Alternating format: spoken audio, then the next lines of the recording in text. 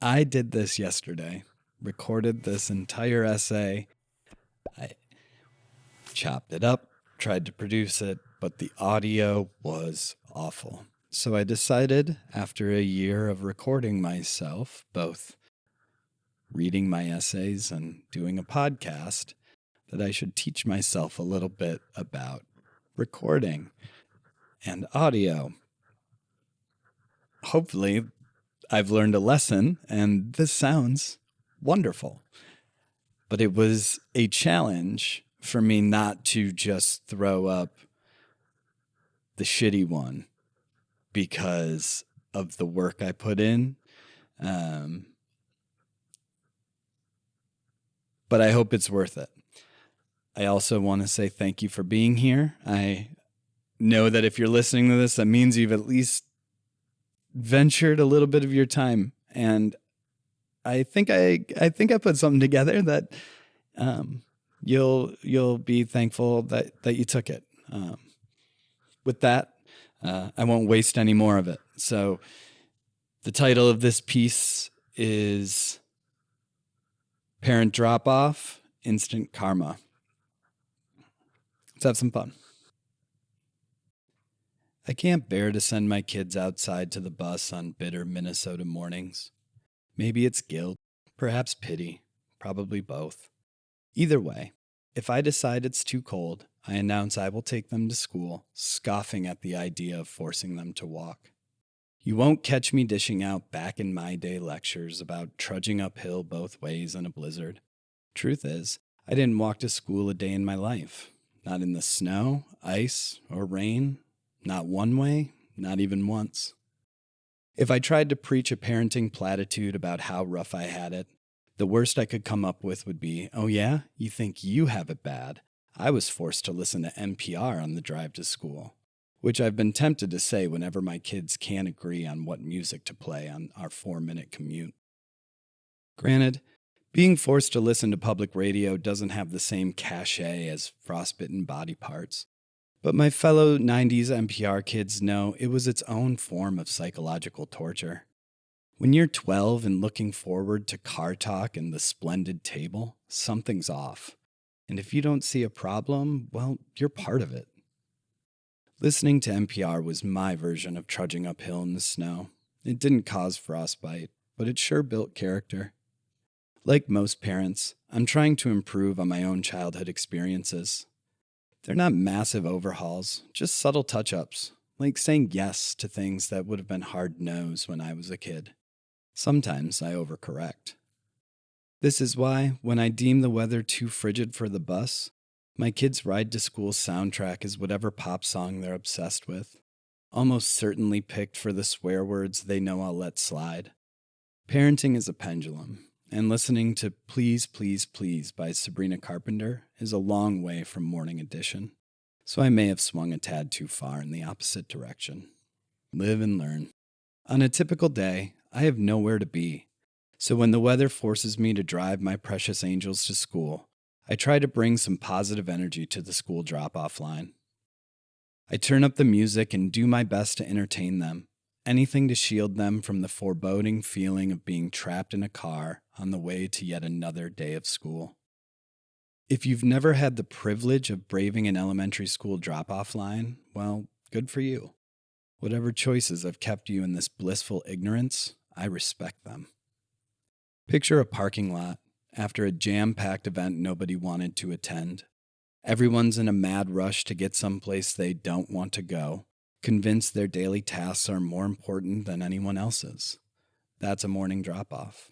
Most days, though, I'm cool, calm, and collected. It's a rare, fleeting window when my kids give me their undivided attention. I tell them stories from my school days if they occur to me, or will chase down their fantastical what-if scenarios. Daddy, what if we lived in this school? On the days they're cranky, I shift my attention to the kindergartners ahead falling out of the back of minivans in their snowsuits. Colorful backpacks, the ones they had to have, bobbing behind them as they march to the main entrance, waving goodbye to their parents over their shoulders. I've learned that if you focus, you can spot the moment the driver in the car ahead morphs from parent to ordinary adult. A glance at their phone, a change in posture, and they're off in a hurry to prove they can still thrive in a fast-paced environment. My role in all this is simple. Keep the line moving for whoever's behind me, just in case they're having a tough morning. Some days, it feels like one of those mornings for the entire drop-off line. The negative energy is palpable as it seeps through the cracks of my car along with the frozen air, no matter how hard I try to stay zen. This happened on a morning in January. A few teachers, selfless souls impervious to sub-zero temperatures or the ones nobody likes, stand in the bitter cold to direct traffic. The designated drop-off lane was jammed on this morning, resulting in a complete standstill. I said goodbye to my kids, hoping no teacher-turned-traffic cop would catch a glimpse of my car's interior, which a 6-year-old once dubbed a trash can. As I inched forward, it became clear the line wouldn't move anytime soon. The car in front of me hadn't budged. A second line of vehicles was attempting to merge into the drop-off line of cars from the parking lot. A big no-no if you read the What's Up Wednesday emails, which I pretend to do. One teacher seemed determined to make an example of the driver, who dared to attempt the illegal merge. He stood resolutely directly in front of the merging car, arm waving continuously for the rest of us to keep the line moving, ignoring the fact that we couldn't move. Another teacher on the sidewalk side of my car waved her arm nonstop as if the effort she put into waving determined the speed at which the cars exited the parking lot. I felt my blood pressure spike, yet I couldn't help laughing out of frustration. Didn't they realize a halt to traffic was their opportunity to rest those rotator cuffs? Yet, as my kids presumably made their way to their lockers and classrooms, I remained parked in what felt like a broken car wash. Arms spinning frantically like brushes on both sides, never making contact with my car. When there was finally enough room for me to inch forward a car length, at last obeying the never-ending command to move forward, I found myself whispering, "Stop fucking waving. Stop fucking waving. Stop fucking waving." My windows were rolled up and music was playing. I was counting on the teacher to read my lips. Passive aggression being my second language and all. Before I pulled forward, I imagined what I would feel like if I were the minivan's driver, publicly punished for a minor lapse in judgment on an unmerciful morning, crying kids, spilled coffee, a critical appointment hanging heavy over the morning, add quote-unquote car trouble, and you've got the ingredients for a psychotic break. One bad call, and now someone's standing in front of my van holding me hostage in a small slice of hell. The parents in the van could be brazen rule breakers or repeat offenders. Could be, but I didn't care. Their behavior was irrelevant next to the 50-odd cars behind me, waiting as the clock ticked down to the start of the school day. If this was the worst violation in drop-off line history, fine. Take their information and call them to the principal's office. All I could see was a teacher reveling in a sliver of power, and for some reason, I felt compelled to even the field. So I waited until he noticed I had no intention of removing my foot from the brake. "Let them go," I said, furrowing my brow into a plea for mercy and gesturing at the minivan, windows still up. He stopped waving for the first time. Spoiler alert, the world didn't end as a result. He glanced at the driver in the minivan and faltered. Holy shit, it worked, I thought. And then, it never works. What do I do now? I focused on covering my surprise with a stone-faced stare that said this interaction wouldn't crack my top 10 events of the day. Meanwhile, my heart rate had reached triple digits. The teacher stepped out of the minivan's path and began waving again, now at the short line of cars merging with the main drop-off line. Just then, a truck rumbled past me on the left, breaking free from the stall line behind me.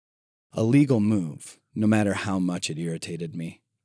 Don't hate the player, hate the game, I suppose.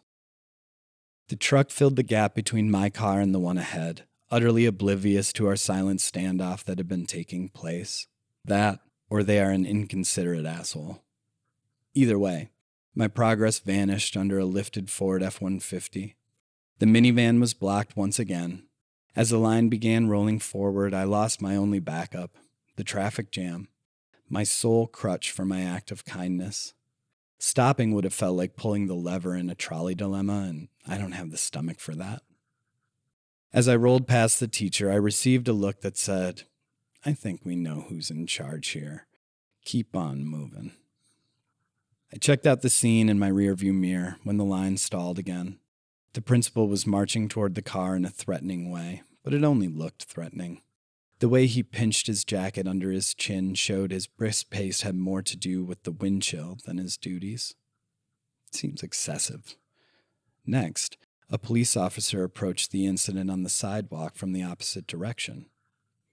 Definitely excessive. My legs tingled with adrenaline as I weighed the pros and cons of walking out into the cold and offering my oh-so-rational account of what had happened.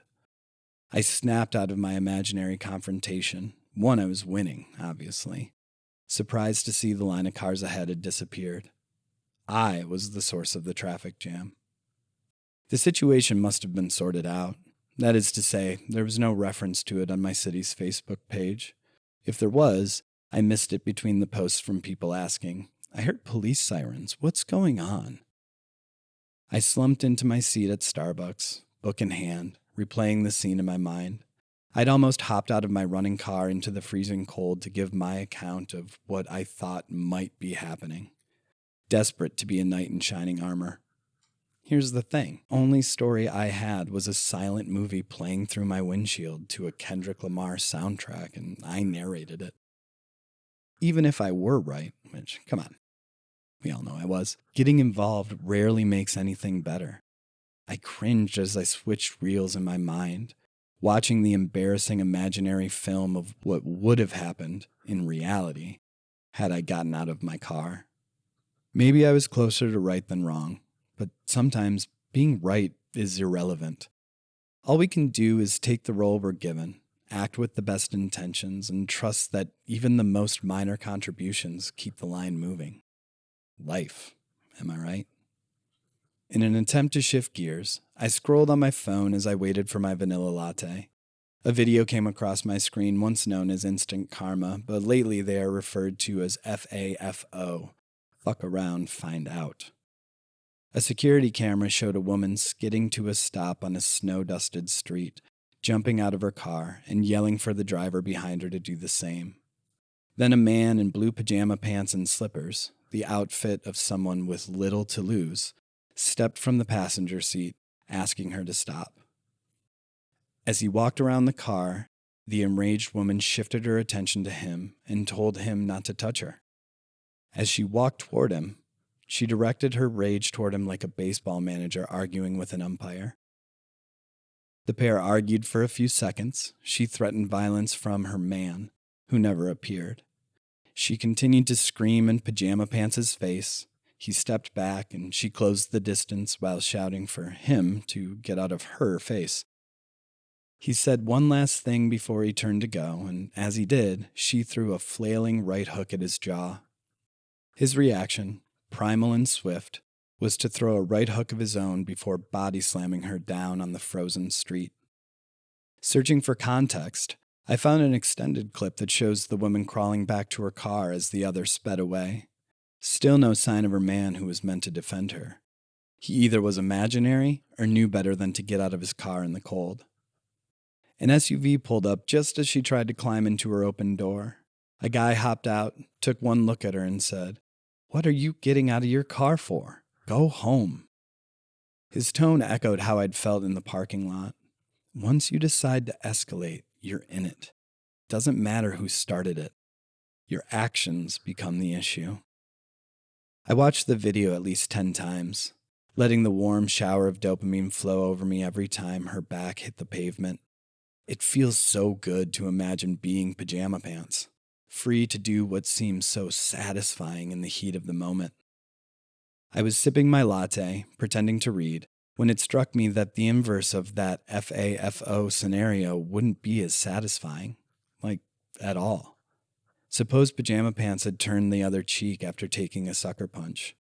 In that case, odds are the security footage would have stayed buried in someone's hard drive. At best, a jury might have seen it, if he even bothered. As I tried to figure out how to describe how I wish we got to see more moments of instant karma showing people getting what they deserve, the good kind, rather than getting what they deserve, the body slam kind, a barista emerged from behind the counter with a tray of pastries. The only customers were a familiar barista at the table next to me, on break, and a couple of high school girls tucked at the far end of the cafe. "Would anyone like a pastry?" she asked, looking at the labels on the pastries. "I've got a chocolate croissant, a cheese Danish, and a butter croissant." I didn't give space for my regular polite beat to allow the other people in the room the first option. The universe made that chocolate croissant for me. This was my instant karma. I was getting what I deserved for enduring the parent drop-off line and doing my best to be a good person. "I'll take the chocolate croissant," I said, a sheepish grin on my face as my cheeks flushed as the 4 people in the room, also known as everyone, looked at me. The barista on break watched as I was handed the flimsy, light brown pastry sleeve. She's worked at my local Starbucks since I moved to town 6 years ago. She always has a sunny disposition that pairs beautifully with her maternal energy. "What's a life if you're not saying yes to free chocolate croissants?" I smiled at her. "Not a good one. You deserve it." "I do deserve it." Do you ever surprise yourself with your thoughts? I felt outside my body. I considered myself a whole person and determined I was worthy of a complimentary breakfast pastry destined for the trash if it didn't find my mouth. Not bad. It caught me off guard as I munched on my croissant, typing notes into my phone about the morning. A flake of croissant broke free and landed on my phone. On my 5th attempt to flick it away, it turned blue. I squinted, extended my arm, and craned my neck. A motion that's becoming second nature to 80s kids, thanks to tiny print menus and dim lighting. Hoping an extra 10 inches would somehow bring the croissant flake into focus. My cheeks flushed. My eyes darted at every living soul inside the Starbucks to see if they noticed I had just attempted to clean a croissant emoji from my screen. The universe seeks balance. Cheers.